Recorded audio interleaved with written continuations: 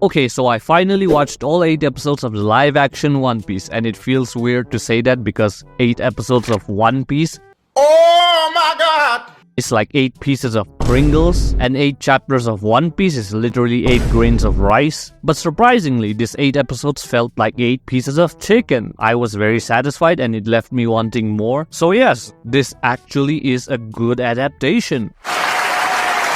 And I'm just as surprised as everybody else. A live-action anime that actually worked? What the fuck? And it's literally the anime where everything is fucking cartoonish, even for anime standards. From their designs to their powers, and they made it work? What the fuck? And not only did it work, it's the top series across 84 nations? Like what? Like I expected Jesus to show up before any of that shit actually happened. And I am extra happy about this because this broke the curse of bad live adaptations. And yes, I know there are still a lot of people who think that this is shit or find every little thing to complain about, like why are they constantly changing their outfits like normal people? Why aren't they wearing their same smelly outfits for several days? Why is Usopp's nose as small as my dick and blah blah blah? And yes, I know that there are things that could have been done better or polished, but overall, they did a fantastic job and the stats prove it.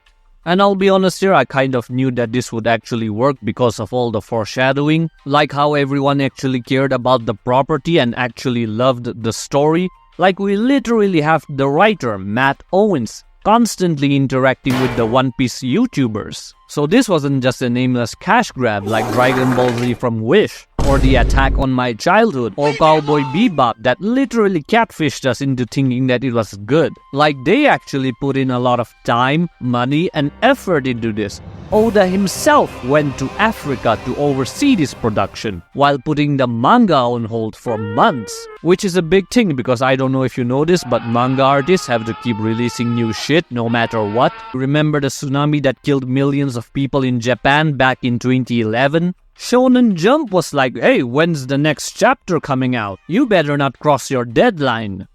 Okay, so anyways, let's talk about the live adaptation. And I'm really not going to go in any particular order, I'm just going to ramble my train of thoughts. So the first thing that I really liked is how they changed things around, especially the plot. I'm really happy that they didn't try to make this a one-to-one because I do not want to know exactly what happens beat for beat. It's like, yes, I love fried chicken, but I really don't want to have the same fried chicken all the time. Like add some seasoning to it, add some sauce, or just serve me chicken soup this time. You get me? Anyways, I really liked how they gave more screen time and character development to Garp, Kobe, and Helmeppo, especially Kobe, because he just straight up questions the corrupt system of the world government, and that's something that we didn't even get in the manga. Luffy feels like Luffy even though he's not as dumb or annoying as he was back in the East Blue Saga. I really like Nami's character development as well, slowly liking and trusting her crewmates. And Zoro. Oh my god, bruh. I cannot defend Zoro's racist allegations anymore. Cause Jesus Christ, they literally introduced him by making him cut a black guy in two. And what's even more fucked up is that he didn't kill anyone else throughout the entire show, other than a fishman or two, which are also considered a minority group by the way. And I'll be honest here, Zoro does not feel like Zoro to me, besides his hate for minorities. Like I know he's usually the serious one in the group, but he's also very goofy at times. But here, he just feels like the product of listening to too much Bullet for My Valentine, and the dialogues are so edgy and corny, and I really thought that he would drop that edgy personality after getting his ass whooped by Mihawk, but nope. But also, I really can't hate it cause it just makes me laugh even harder. Like that scene where he meets Helmeppo butt naked, playing with his swords, and he just goes, I'm gonna do something even worse. Which straight up looks like the intro for some porn. Usopp was obviously funny as hell, but I really wish that he got a lot more action, especially in his own arc. And Sanji was spot on as well, and way different than the manga, and thank God for that. Because bounty or not, the Marines should have taken his ass a long time ago, because of all the sexual harassment charges. And the way he kicks, mwah, chef's kiss, pun intended. Also, I really like the character interactions, especially the crew. I kept laughing my ass off watching the crew interact with each other, and it just made me feel very nostalgic, even though it's been just 2 years since I started watching the show. And by the way, I know that there are a lot of goofy things like the corny lines, the stock sound effects, and the cursed Den Mushis, but in a way I feel like they actually did it intentionally because we have Blackbeard, freaking Blackbeard, be the narrator for this live action. And you can't tell me that they didn't go, hey, let's hire the main antagonist of the show to narrate the show. And they made freaking Bocce wear this cat suit. And there's no way in hell that you can convince me that they didn't go, this looks stupid and ridiculous. Let's add that to the final cut. The fight scenes were freaking amazing, especially when Zoro's on the screen. And to be honest, I liked his fight with Sham and Bucci more than Captain Kuro and Luffy, which says a lot. Most of the antagonists were great. My only complaint is that they are not as tall and buffed as I want them to be. And yes, I know I sound like every delusional girl out there. 5'2". 5'1", 5'2". 6'3".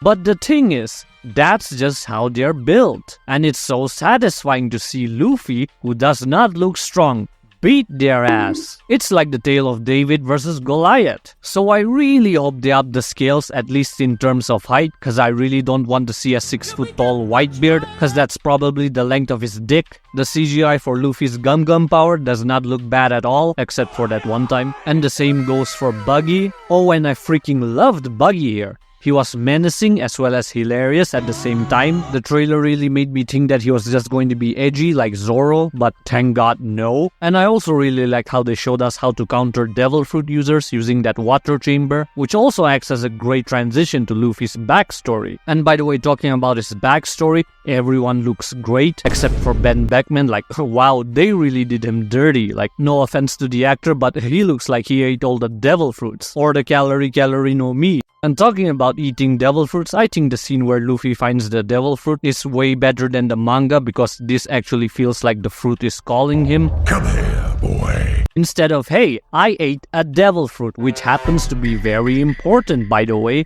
wink wink, in front of everybody, and no one noticed. And this happens to be a Yonko crew, by the way. Okay, now on to the scene where Shanks loses his arm, which I have mixed feelings for this. Like how I really liked the Seeking, it was menacing and felt real. But on the other hand, I really didn't like how Shanks lost his arm. The Seeking could have just swallowed the entire boat, but for some reason, it was like, nah, I'm just gonna have a nibble. That mountain bandit tasted like shit, so I'm going to be careful what I put in my mouth. And Shanks, who we know could easily kill this fish, just allowed it to happen, which is confusing because we actually know that he did that on purpose to motivate Luffy, but for some reason, it does not feel like he did that on purpose. And by the way, Shanks being on the boat makes more sense because...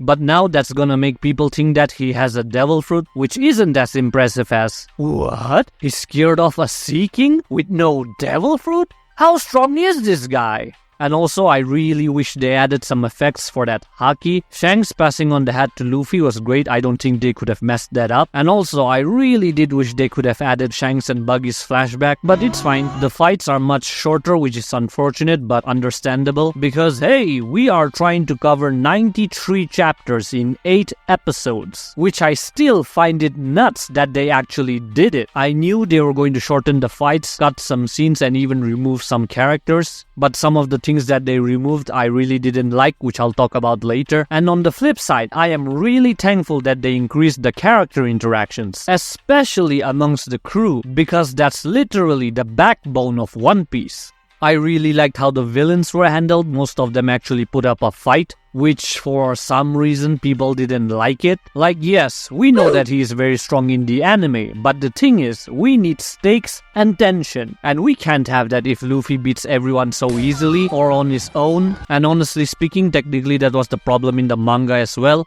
Luffy being too strong, and that's the reason why Oda had to make him get stuck in concrete or inside a snake or chase a shadow for 14 episodes while his crew gets obliterated every single time. Okay, anyways, back to where we were, talking about villains, and my favorite is Captain Kuro. Like, don't get me wrong, Buggy was amazing, but Captain Kuro was menacing. Oh, and the way he trash talks to people, so toxic. He talks like someone who just retired from playing League of Legends. Like, I'm surprised he didn't just call Usopp the N-word. And I'm so thankful that he actually killed Mary, cause the last thing I want is a fake out death. Mihawk had the best introduction, and to be honest, everything about him was better than the manga, and the way he whooped Zoro's ass. Wee! I felt bad for Dawn Creek, but yes, he had to die for Mihawk to shine, which is a fair trade. And by the way, you can see Pearl on the left side. Arlong was way better than I expected, at least looks-wise. But I'll be honest here, this Arlong is way different from the original, so everyone's gonna have a different opinion about him. And so for me, I like the original a lot more. Garp chasing Luffy and fighting him at the end of the series really doesn't make sense for his character. But in this case, he just doesn't want to see his grandson getting killed, so it just makes it seem that he's more protective, which is fine. Okay, now on to the things that I really didn't like how they removed Richie, my favorite character. Nah, I'm just kidding. I knew they couldn't train a lion and make him actually fight Luffy. But I really didn't like how they make Kabaji so serious and edgy. And Moji didn't even speak, which is sad because they're actually reoccurring characters. The next thing that I really didn't like is how all the blood and violence just stopped out of nowhere. Like, we literally saw Zoro cut a guy in half, but for some reason he shows mercy to Axe and Morgan. Is it because he's not black? And we also didn't get to see Axe and Morgan be the tyrannical dictator that he was.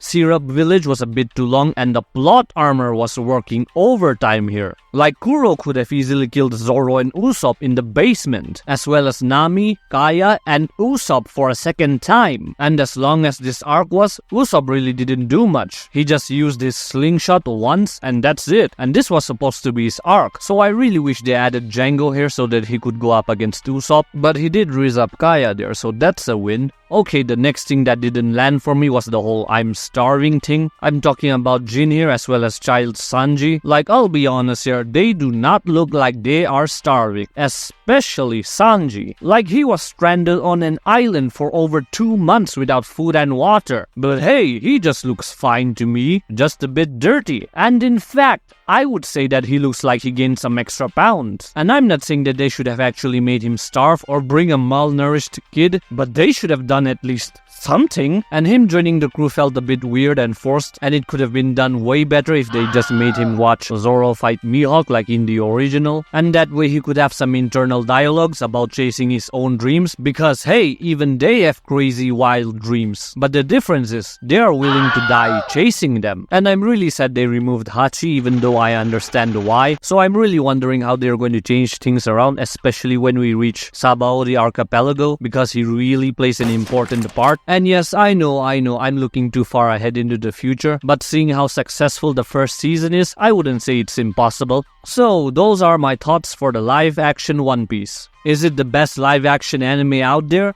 Definitely yes, and by a huge margin. Is it perfect? Oh hell no, but do I love it? Hell yeah! I would give this a solid 8.5 or 9 out of 10. So yeah, anyways, that will be it for today. Like, comment, and please subscribe. And yeah, that's it.